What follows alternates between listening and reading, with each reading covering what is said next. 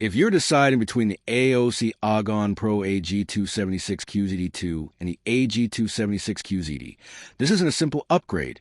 It's more of a trade-off than a straight improvement. So, which one is actually worth it? Let's break it down.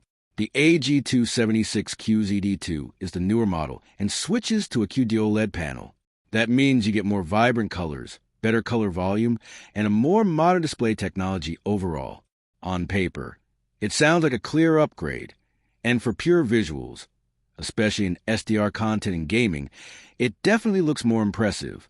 It also keeps the same 240Hz refresh rate and fast response times, so performance is still top tier for competitive gaming. However, the catch is HDR performance. Multiple tests and user feedback point out that the QZD2 has weaker or inconsistent HDR compared to the original model, which is surprising for a newer OLED.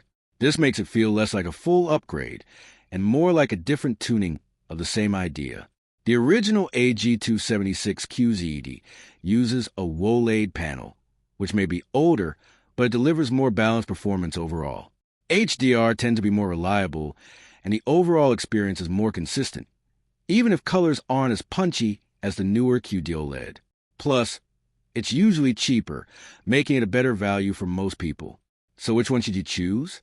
If you care about the most vibrant colors and newer panel tech, go for the AG276QZD2. It looks better in many situations.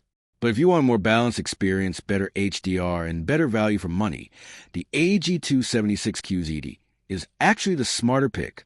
Bottom line, the AG276QZD2 is not a must upgrade.